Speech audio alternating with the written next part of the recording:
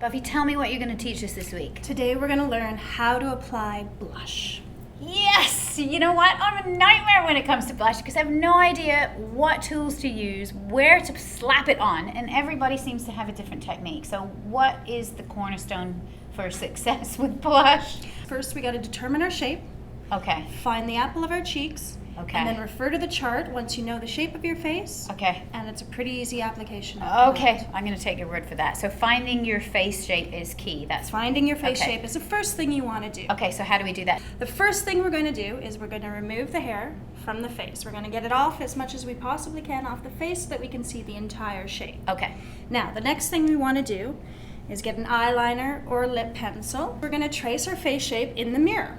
So I would say that shape to me is an oval. There okay. are 5 different face shapes. Okay. Roughly, there are 5 Okay, shapes. so oval. So we're going to have oval, long, heart-shaped, a round-shaped face, and square. Okay. Now, once we've determined our face shape, we're going to then move on to finding the apples of our cheek. What's the apple? The apple of our cheek is the meatiest part of our cheek, and the easiest way to determine is to smile. This part? Big or small, but usually big's the best. And it's this part right under the iris in your eye. Now we know that she's an oval shape. The best way and most flattering way to apply blush would be to start at the apple of the cheeks and sweep across the cheekbone. Next, we're going to move on to long or rectangular shape. Okay, so that's like, it could be a square jaw, it could be just a long face. It's a longer face. Okay. And again, like I said, we're trying to minimize the length and achieve more of an oval shape. We are going to start at the apple of the cheeks, but in this time, instead of going along the cheekbone, we're going to sweep upwards towards the temple. So it's like a little bit more like a swoosh. It's a little more of a swoosh, almost like a check mark. Okay. Up towards the temple. Now we're going to move on to triangle, heart shape. Now what this is usually the person has a smaller, narrower chin. And again, we're trying to achieve more of an oval shape. So we're going to start just below the meat of the cheek, and we're going to sweep upwards towards the ear this time. Okay, so it's quite dramatic, right? The line there? That's correct. Okay, so yes. Under the apple under and the up apple to the ear. And towards the ear this For time. triangle shape. For triangle. Got it. Or heart. Now we're moving on to a round shaped face. So round is kind of like a circle. It doesn't taper in, it doesn't taper up, but it really is a circle. We are going to actually avoid the apple of the cheek. Oh, okay. And the reason we're going to do that is because we don't want to add circles and add circles. circles on circles. Okay, I got so this. Exactly. So what this. we're going to do is we're just going to sweep slightly along the cheekbone, avoiding the apple of the cheek.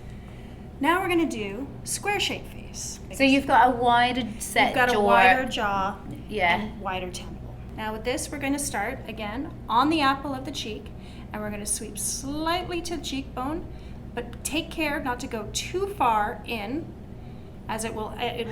Oh, okay. Yes. So it sort of So brings we're sort of more attention out here. So That's we want right. to bring it We're going in to bring a it little out bit because and we're trying to make it So- a little more round. Okay, so again, in fashion, what we do is when you have a really square jawline, we add a circular earring. That's correct. Rather than a geometric earring. That's correct. So that it just softens the shape. And it gives so the illusion yeah, of a rounder shape. I got that. Okay. Yes. Did So you get again, that? I got it. Okay. One more time, we're going to start on the apple, and we're going to sweep slightly across the cheekbone, but again, taking care not to go too far back.